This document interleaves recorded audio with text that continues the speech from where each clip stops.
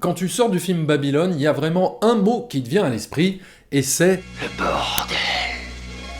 C'est un bordel.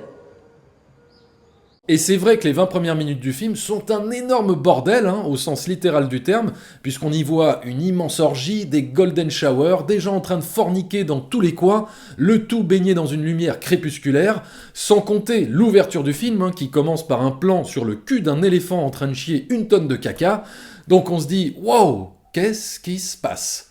C'est donc ça qui m'attend pendant 3 heures de film? Ok.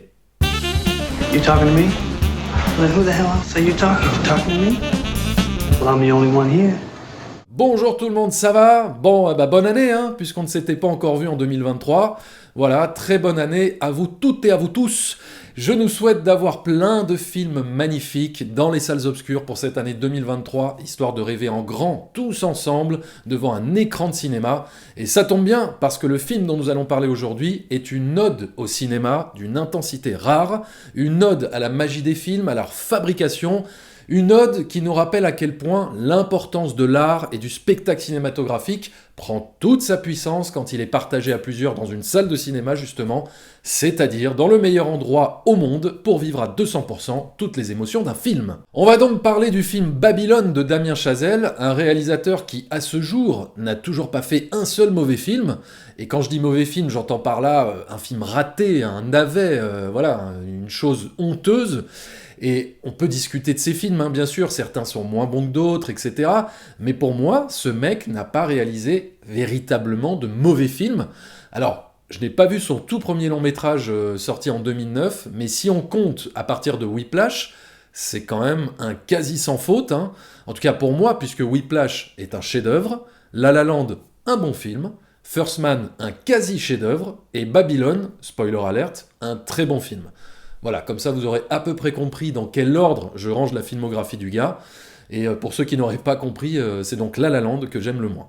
Bref, aujourd'hui Damien Chazelle revient avec Babylone, un film de 3 heures qui nous raconte le Hollywood des années 20 et des années 30, et plus particulièrement le passage du cinéma muet au cinéma parlant, avec tout le bouleversement que ça a engendré à l'époque pour l'industrie cinématographique.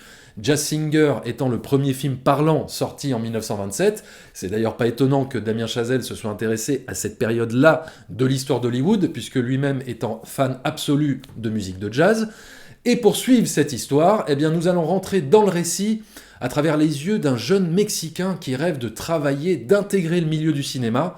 Il va donc se retrouver propulsé dans un tourbillon de débauche et de décadence comme on a rarement vu quand il s'est agi de dépeindre le Hollywood de ces années-là. Et sur son parcours, ce personnage va croiser la route d'une jeune star en devenir, Margot Robbie, et d'un vétéran du cinéma muet à la Douglas Fairbanks, Brad Pitt. Et les destins de tous ces personnages vont se croiser, vont s'entrechoquer et nous emmener dans l'envers du décor de la plus grande usine à rêve au monde. Et en gros, le film va s'attarder à nous montrer en fait comment on rentre dans cette industrie et aussi comment on se maintient dans cette industrie. Et on va pas y aller par 4 chemins, j'ai beaucoup aimé ce film, je le trouve pas parfait, il y a quelques défauts, ça part un peu dans tous les sens parfois, c'est peut-être trop excessif, mais ça reste un gros morceau de cinéma qu'il faut à tout prix découvrir en salle, et en sortant de la salle justement, mon avis à chaud était plutôt positif, sans être complètement emballé, mais plus je repensais au film, plus je me disais, non, il y a quand même cette scène qui était incroyable, et puis cette scène, et puis cette scène.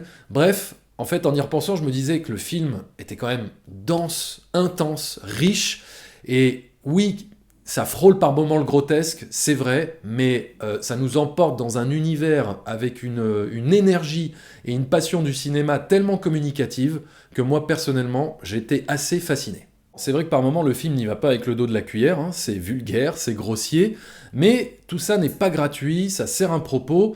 Babylone va plus loin que ça, va plus loin que juste nous montrer des séquences chocs. Après, je peux comprendre qu'on puisse être rebuté par tout ce style, tout ce côté outrancier. En tout cas, si je devais résumer le film en une phrase, je dirais que Babylone, c'est la rencontre entre le loup de Wall Street et Chantons sous la pluie. sans égaler ces deux films-là bien sûr, hein, n'exagérons rien, mais on retrouve clairement beaucoup d'éléments de ces films-là.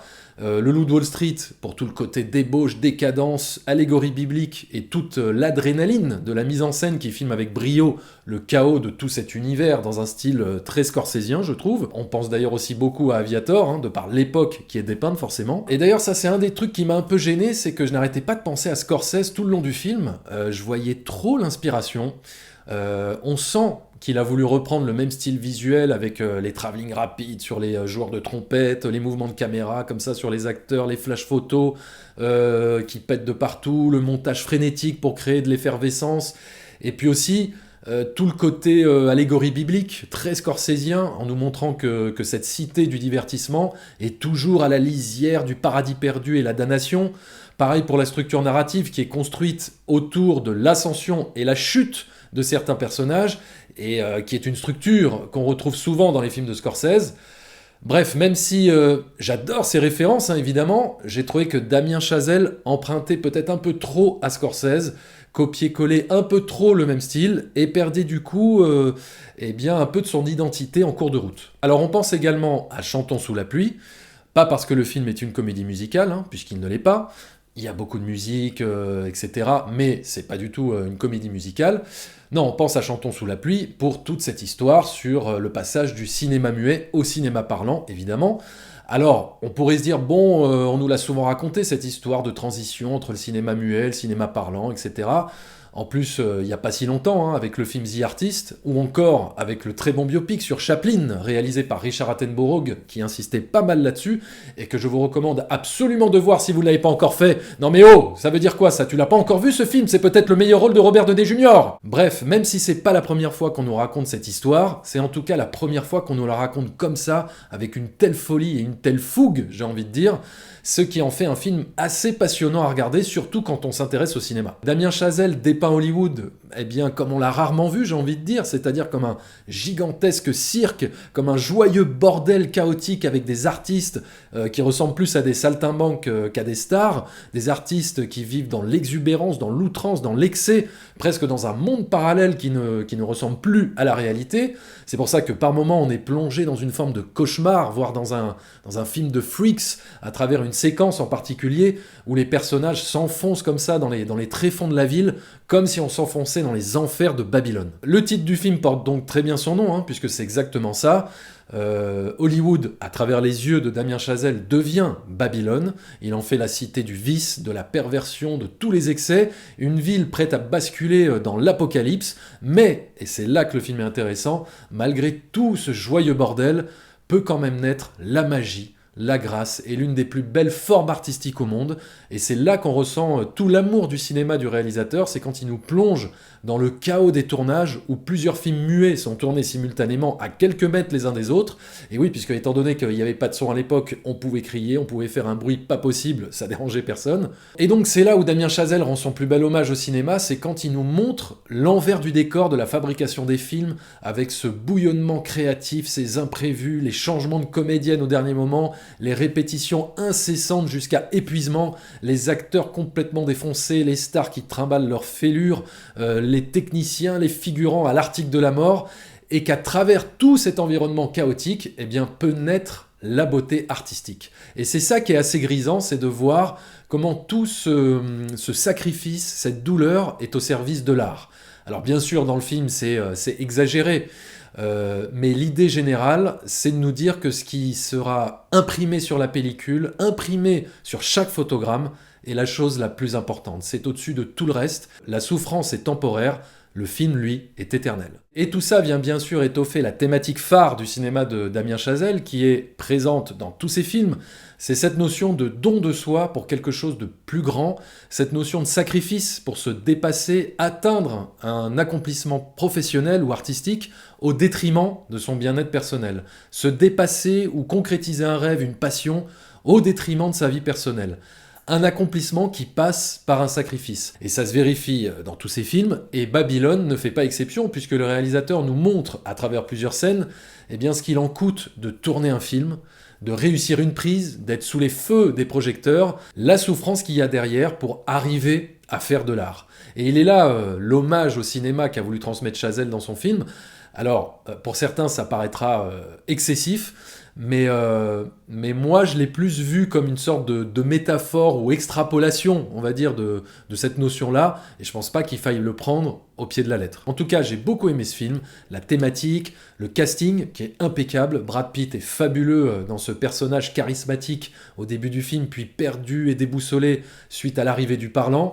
Margot Robbie, incroyable, magnétique, elle est d'une intensité complètement dingue dans son jeu, et Tobey Maguire, qui a un petit rôle dans le film, est quasiment méconnaissable, en tout cas on ne l'a jamais vu aussi glauque et flippant, et ce comédien qui joue donc ce personnage mexicain qui rentre dans le show business, dans ce milieu-là, lui aussi qui est en fait le référent pour le spectateur pour rentrer dans le récit, je l'ai trouvé absolument parfait. La mise en scène, même si un peu trop inspirée de Scorsese, est encore une fois d'une précision redoutable pour donner du rythme et une énergie communicative tout au long des 3 heures de film.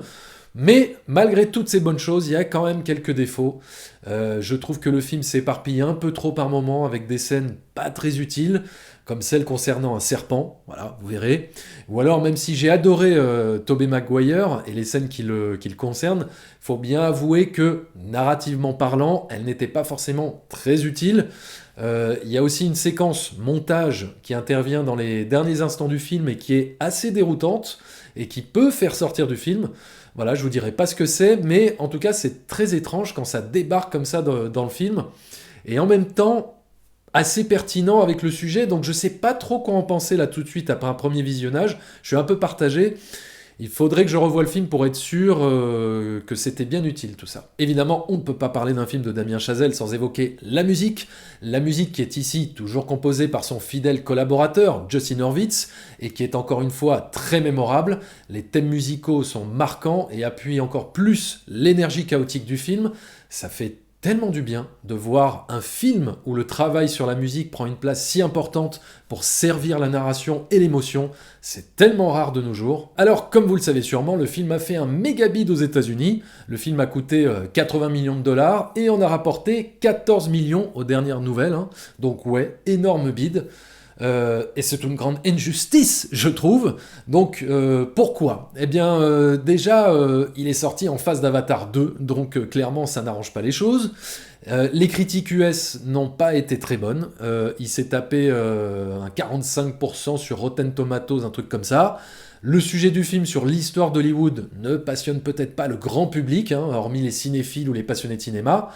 Mais c'est aussi peut-être parce qu'effectivement, le film est trop excessif.